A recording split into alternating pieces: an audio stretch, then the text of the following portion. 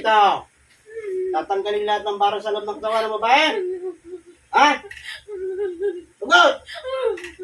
Bakit nagawa ito? Inutusan ka lang ba? Tugot! Magkano binayad sa'yo? Magkano binayad sa'yo? Ariga! Malaki maliit. Ulit! Ariga! Ano sinabi sa'yo? Bakit pinatrabaho sa'yo ito? Ano nagawa ng tao? Ha? Hindi ko Inutos lang. alam. Oh, ngayon tanggalin mo lahat ang kinagawa. Bukod sa bato, anong klaseng insekto nilagay mo sa loob ng katawan nun? Aray! Langgam! Gusto mo yung mukha mo lagyan ko niyan? Ayoko! Ha? Ayoko! Mami ka.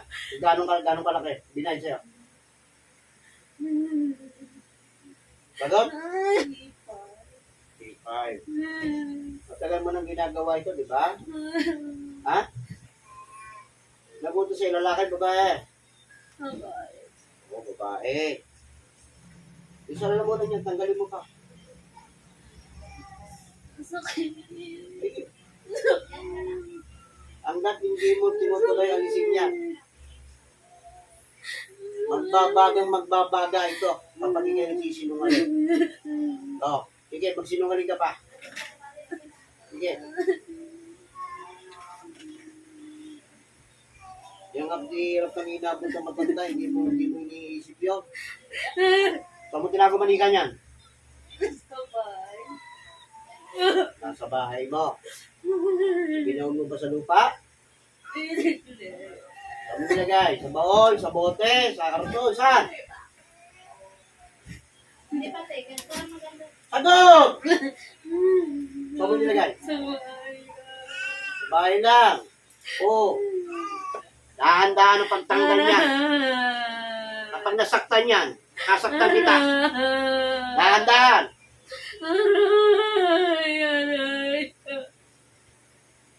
Aray ko! Gusto mo pakain ko sa ilang ganyan? Aray ko! Ha? Antik yan. Aray ko! O, diba? Di ba? Aray ko! Antik yan yung pinakagat mo eh. Aray ko! Oo. Aray ko! Gusto mo yan yung mga lagdam na ilagay mo sa ulo mo? Ha? Aray ko! Gusto mo? Ha? Aray ko!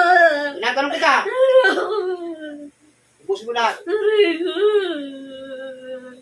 Dahan-dahan ang pagpapag. Gusto ko yan. Aray ko! Kapag nasaktan yan, sasaktan kita. Kaya dahan-dahan yan. Yan, yung isa. Yan, patanggal mo yan dyan para dalawang kamay gumagamit sa iyo. Tatlong taon may pinahirapan dito. Ha? Nasa malayong lugar ka, di ba? Di ba? Tapos, ginawa niyo pagpuputan niyang katawan niyan, tinabong nasa baba niyan. Oo, pinabahayan niyo ng mga antik yan. Ha? Ay, yung ulo mo kaya ganyan kung gawin. Ha? Ano?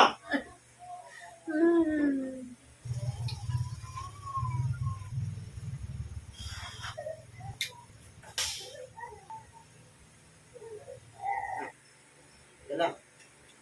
Ha? Bakit mo umiiyak? Hindi umiiyak. Ha? Hindi ka umiiyak.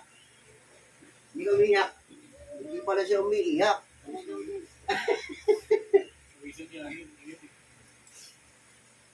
Ano ba? Hindi ka pala umiiyak. Yan, sarado mo. Nanay.